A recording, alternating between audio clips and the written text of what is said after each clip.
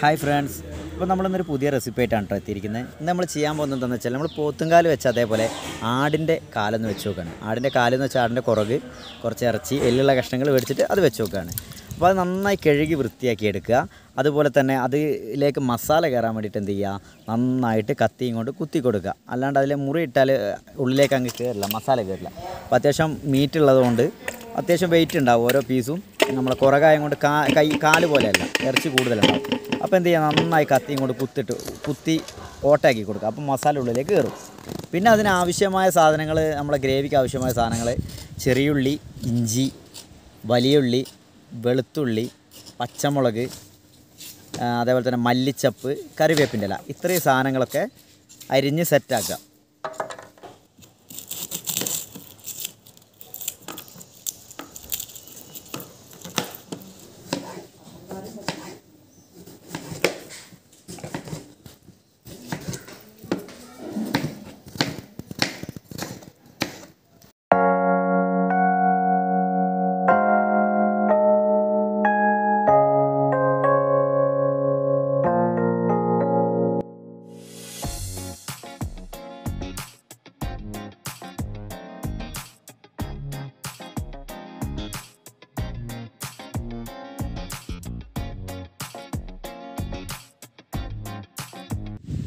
ഇനി നമുക്ക് എന്ത് ചെയ്യാം, നമ്മളെ കുക്കിംഗ് തുടങ്ങാം. അതിനായിട്ട് നമ്മൾ ഗ്യാസ് അടുപ്പാണ് ഉപയോഗിക്കുന്നത്.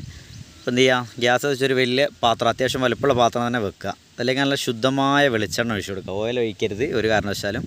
നല്ല വെളിച്ചെണ്ണ തന്നെ ഒഴിച്ചു കൊടുക്കുക. അതിലേക്ക് പൊട്ടിക്കാനായിട്ട് തുമ്മിച്ചെടുക്കാൻ നമുക്ക് എന്ത് ചെയ്യുക, പട്ട, ഗ്രാമ്പൂ, ഏലം, ഉലുവ, കടുക്, ജീരകം, കറിവേപ്പിൻ്റെ ഇല, ഇത്രയും സാധനങ്ങൾ ഇട്ടിട്ട് എന്ത് ചെയ്യുക, ഒന്ന് മൂപ്പിച്ചെടുക്കുക. നന്നായി മൂപ്പിച്ചെടുക്കുക.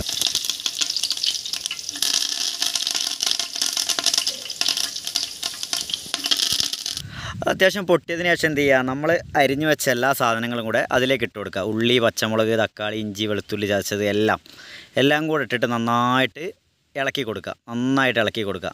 അതിൻ്റെ പച്ച മണം പോകുന്നത് വരെ ഇളക്കി കൊടുക്കുക. നന്നായിട്ട് അടി പിടിക്കാതെ നോക്കണം. നന്നായിട്ട് ഇളക്കി മിക്സ് ചെയ്ത് കൊടുക്കുക. അതുപോലെ തന്നെ കുറച്ച് ഉപ്പ് ഇട്ട് കൊടുക്കുക. ഉപ്പ് കല്ലുപ്പന്നെ ഇടാൻ ശ്രമിക്കുക കൂടുതലായിട്ടും, കാരണം പൊടിയുപ്പിനേക്കാൾ ടേസ്റ്റ് കിട്ടുക കല്ലുപ്പിനാണ്.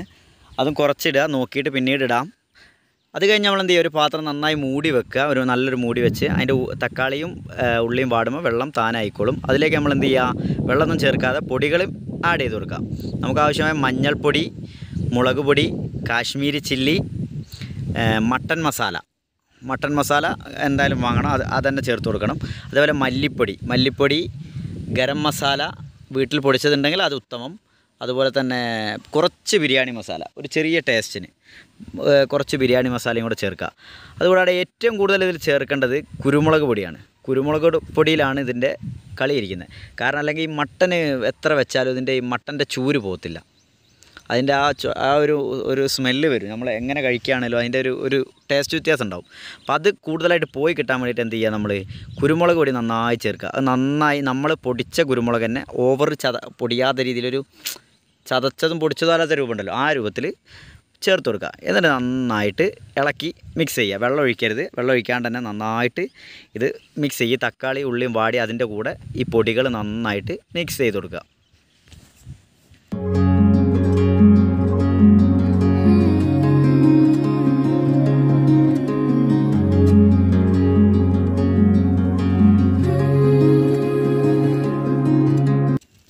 നന്നായി മിക്സ് ആയതിനു ശേഷം എന്ത് ചെയ്യുക, നമ്മൾ കഴുകി വൃത്തിയാക്കി വെച്ച ആടിൻ്റെ പീസ് ഉണ്ടല്ലോ, കുറവും ഇറച്ചിയൊക്കെ, അത് ഇതിലേക്ക് ഇടുക. വെള്ളം ഒഴിക്കുന്നതിന് മുമ്പ് തന്നെ ഇടണം.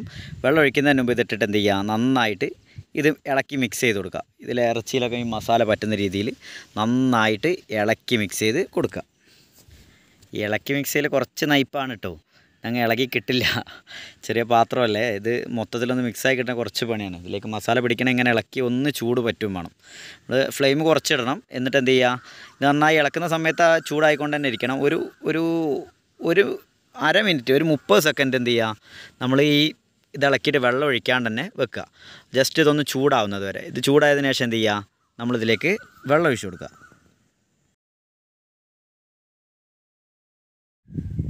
വെള്ളം അത്യാവശ്യം വേണം. നമ്മൾ ഈ കാലിൻ്റെ മുകളിൽ എന്തായാലും വെള്ളം എത്തണം. വെള്ളം നന്നായി ഒഴിച്ചു കൊടുക്കണം. കാരണം അതിന് വേവ് കൂടുതലായിരിക്കും. ആടിന് നന്നായി തിളച്ച് വേവ് തന്നെ വേണം, തിളച്ച് മറിഞ്ഞ് തന്നെ വേവണം. അതുകൊണ്ട് എന്ത് ചെയ്യുക, നന്നായിട്ട് വെള്ളം ഒഴിച്ച് കൊടുക്കുക. എന്നിട്ട് എന്ത് ചെയ്യുക, ഒന്ന് ചൂടാവുന്നവരെ അടച്ചിടണ്ട. അതുപോലെ നമുക്കൊരു സാധനം ഇതിൽ ചേർക്കാനുണ്ട് സ്പെഷ്യലി. നമ്മളെ ഈ വീടുകളിലൊക്കെ ഉണ്ടാകും പുതിന ഇല പോലെ ഒരു നീളത്തിൽ ഒരു ബിരിയാണീൻ്റെ സ്മെല്ല് വരുന്നൊരു ഇലയുണ്ട്. അത് ഈ ആടിൻ്റെ ചൂര് കളയാൻ അത് ബെസ്റ്റാണ്. അതിൻ്റെ ഫ്ലേവർ തന്നെ ബിരിയാണീൻ്റെ മണമാണ്, നെയ്ച്ചോറിൻ്റെ അരീൻ്റെ മണമാണ് അതിന് വരിക, വേവുമ്പോൾ വരുന്ന മണം. അതെന്ത് ചെയ്യുക, ഒരു 4 എണ്ണം ഇട്ട് കൊടുക്കുക. എന്നാലെന്ത് ചെയ്യുക, ആടിൻ്റെ ഇതങ്ങ് പോയി കിട്ടും. ഇനി മൂടി വെച്ച് വേവിക്കാം. നന്നായി തിളയ്ക്കുന്നുണ്ട്. അപ്പോൾ നമ്മളെന്ത് ചെയ്യുക, ഇതൊന്ന് ഇളക്കി കൊടുക്കണം നന്നായിട്ട് അടിയോട് കൂടിയിട്ട്. കാരണം അത് ചെറിയുള്ളിയൊക്കെ അരച്ച് ചേർക്കുന്നത് കൊണ്ട് ഇതിൽ അടി പിടിക്കാൻ സാധ്യത കൂടുതൽ. നമ്മൾ വെള്ളം ഉണ്ടല്ലോ എന്ന് ഇളക്കാണ്ടിരുന്നാൽ അടി പിടിച്ചു പോകും പാത്രത്തിൻ്റെ. അതുകൊണ്ട് എന്ത് ചെയ്യുക, നന്നായിട്ട് ഇളക്കി കൊടുക്കുക. നന്നായി ഇളക്കി തന്നെ വേവിക്കണം. ആ നെയ്യൊക്കെ ഇളകി നന്നായി വെന്ത് വരുന്നേ ഉള്ളൂ. എന്താ പറയുക, മീറ്റൊന്നും വെന്തിട്ടില്ല, കണ്ടാൽ തന്നെ അറിയാം. എല്ലിന്ന് വിട്ട് വരാൻ തുടങ്ങി. നന്നായി തിളക്കട്ടെ, നല്ലോണം തിളച്ച് നന്നായിട്ട് വേവട്ടെ. വെള്ളം വറ്റുന്നവരെ വേവിക്കണം, അപ്പോൾ ആ ടേസ്റ്റ് കിട്ടുള്ളൂ. നമ്മളിപ്പോൾ ഏകദേശം 3-4 മണിക്കൂർ വേവിച്ചു. ഏകദേശം വെന്ത് കിട്ടിയിട്ടുണ്ട്. ഇപ്പോൾ ഫ്ലെയിം ഓഫാക്കി. ഇനി നമുക്ക് എന്ത് ഏകദേശം കട്ടി ചാറ് കണ്ടല്ലേ, നമ്മൾ വെള്ളം പോലെ ഉണ്ടായിരുന്ന ചാറൊക്കെ കൂടെ കട്ടിയായി. ഇതുണ്ടോ, എല്ലിന്നൊക്കെ വിട്ട് നന്നായി വെന്തിട്ടുണ്ട്. ഇനി നമുക്ക് എന്ത് ചെയ്യാം, അതൊന്ന് സെർവ് ചെയ്ത് കഴിച്ചു നോക്കാം.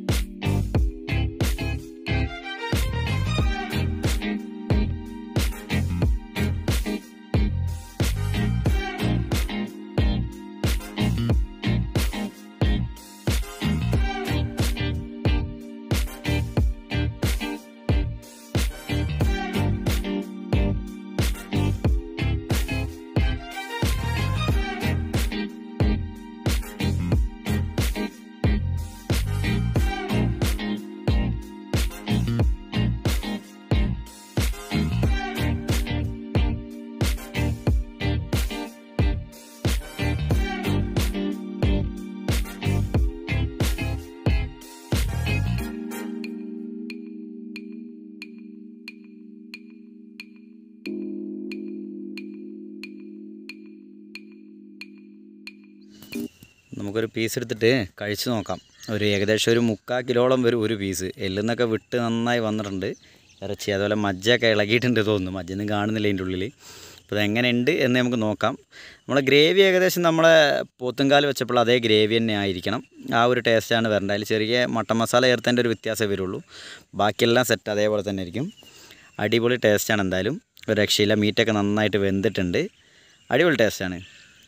നന്നായി വെന്തിട്ടുണ്ട്. നമ്മൾ വിചാരിച്ചതിനേക്കാളും കൂടുതൽ വേവ് കിട്ടിയിട്ടുണ്ട്. കാരണം ആട് നന്നായി വേവണമെന്നാണ്. ആട് നന്നായി വെന്തിട്ടുണ്ട്. നല്ല അടിപൊളിയായിട്ട് കിട്ടിയിട്ടുണ്ട്. നല്ല ടേസ്റ്റ് ഉണ്ട്. എല്ലാവരും ഒന്ന് പരീക്ഷിച്ച് നോക്കണം.